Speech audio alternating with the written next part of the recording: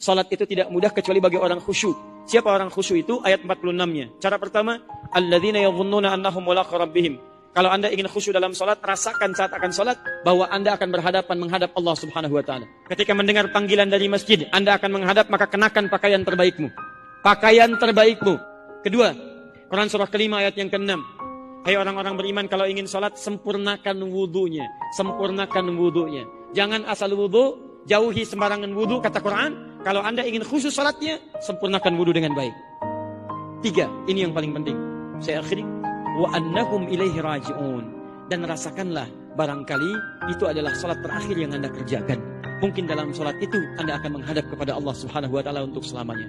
Kenapa kamu kenakan pakaian terbaik yang halal? Kenapa kamu berwudu dengan sempurna? Karena barangkali pakaian itulah pakaian terbaik yang akan kamu kenakan akhir dalam kehidupanmu. Rasakan seperti salat yang terakhir yang mungkin kita akan kerjakan dalam hidup kita. Contoh,